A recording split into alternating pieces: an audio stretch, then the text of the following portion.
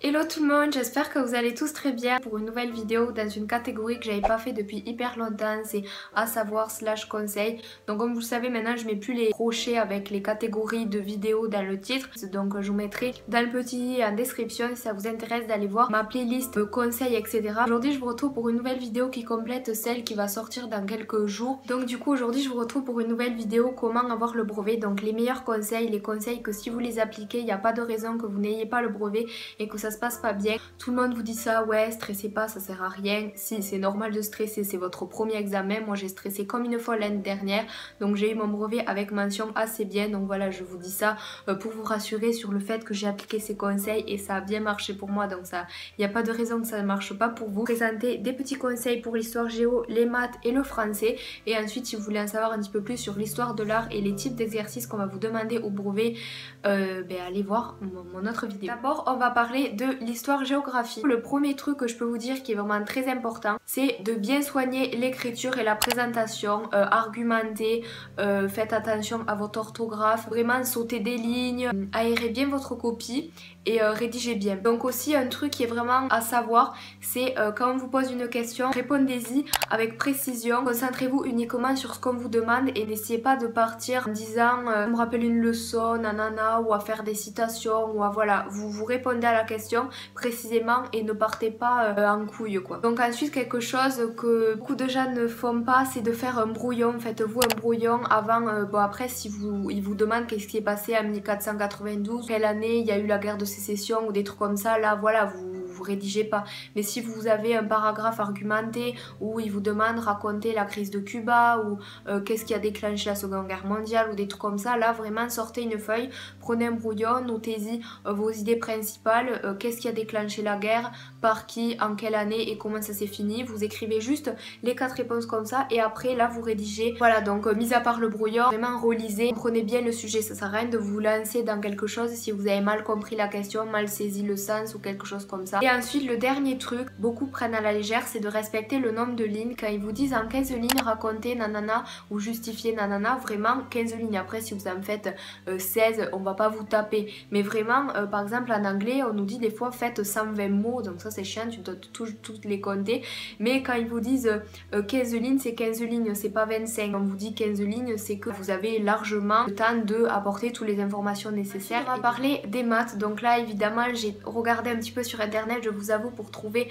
un petit peu les conseils, les trucs et astuces et les choses qu'il faut vraiment respecter quand vous allez faire l'épreuve de maths. J'ai une très mauvaise moyenne en maths, je n'ai pas le culot d'arriver et de vous dire des conseils alors que j'ai une moyenne de merde, mais là c'est des petits conseils vraiment qu'il faut appliquer. Donc un truc en maths qu'il faut vraiment faire, c'est mettre en valeur les résultats. Une fois que vous avez trouvé le résultat, limite entourez-le ou surlignez-le et vous faites évidemment une phrase réponse où vous expliquez pourquoi, enfin le résultat, enfin vous faites pas une justificatif, hein, on n'est pas en français ni en histoire géo, mais genre vraiment mettez en valeur les résultats et montrez bien que c'est ce résultat et pas un autre, parce que des fois on fait beaucoup de calculs, des fois pas forcément nécessaire et des fois le correcteur peut être perdu, donc vraiment guidez-le et faites en sorte que votre copie soit agréable et que le résultat saute aux yeux. N'oubliez pas évidemment de justifier vos réponses, c'est quelque chose de très important et qu'il faut faire, bon évidemment dans toutes les matières, mais en maths vraiment ne faites pas un paragraphe argumenté non plus pour expliquer votre réponse. Justifiez pourquoi vous avez appliqué cette règle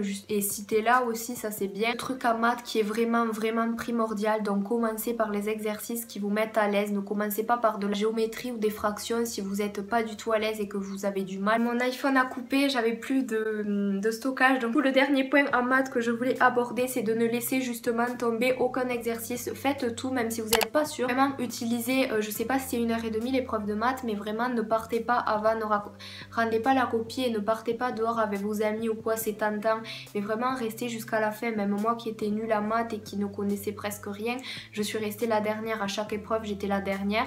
Donc voilà, vraiment utilisez tout le temps nécessaire, parce que si on vous donne 1h30, c'est que vous en avez besoin. Et ensuite le dernier point que je voudrais aborder, c'est le français. Le premier conseil que je peux vous donner, c'est de rédiger bien vos réponses. Donc ça je vous ai déjà dit ça pour l'histoire géographie, mais là le français, rédigez bien, appliquez-vous bien, regardez bien les mots que vous mettez, essayez de parler de la façon la plus soutenue possible, la plus correcte, et essayez de penser au lecteur, essayez de le guider et de lui rendre la correction la plus agréable, et mettez-le de bonne humeur, on va dire. Essayez de citer ou de faire référence à un livre ou un poème que vous avez lu, ou même dire Voltaire a dit ça, nanana. Bon, évidemment, il faut que ça ait un rapport avec avec la question qu'on vous pose, mais vraiment n'hésitez pas à vous appuyer sur un texte ou à faire des citations, parce que ça plaît beaucoup aux correcteurs. C'est pour ça qu'il faut lire, donc moi je lis très peu, donc du coup c'est dommage, j'aurais pu faire ça. Un truc que tous les profs vous disent depuis que vous êtes en 6ème, je pense, et un truc que je déteste aussi, c'est relisez-vous. Vraiment, on fait énormément de fautes bêtes sans s'en apercevoir, les A, les ER. Si vous avez fini en avance par chance, n'hésitez pas à vous relire sur ça. Parce qu'en français, c'est là où on note aussi votre orthographe. Le dernier, c'est si jamais vous avez une dictée, si vous devez en faire une. Donc moi, j'en avais fait une, mais je sais pas si c'est pour tous les brevets ou pas, j'en sais rien. Vous avez fini en avance, relisez bien les accords, vraiment. Ça coûte rien. Regardez bien si vous avez mis les S partout, parce que ça, c'est vraiment des fautes bêtes et qui sont comptées, parce que 0,5 c'est énorme. Ça part très vite. Si vous oubliez 5 S, et ben voilà, ben, c'est fini. N'oubliez pas les majuscules au nom propre. N'oubliez pas les guillemets s'il en faut. Revenez à la ligne avec un tiret si vous faites un dialogue. Enfin vraiment, ça je pense que vous le savez. Vous cherchez sur internet, exemple de dictée, corrigé, etc. Donc voilà.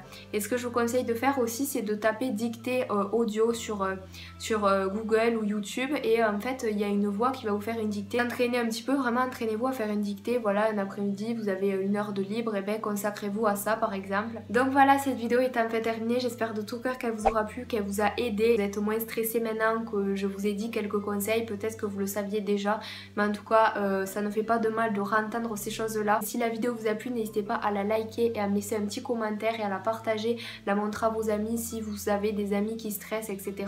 En tout cas, moi je fais vraiment ça pour vous aider, et j'espère vraiment que vous allez avoir votre brevet et que tout va bien se passer pour vous. En tout cas, je crois en vous, ça je vous ai dit ça dans l'autre vidéo, mais je vous le redis. Je vous fais d'énormes bisous et je vous retrouve mercredi à midi pour une prochaine vidéo. Bye!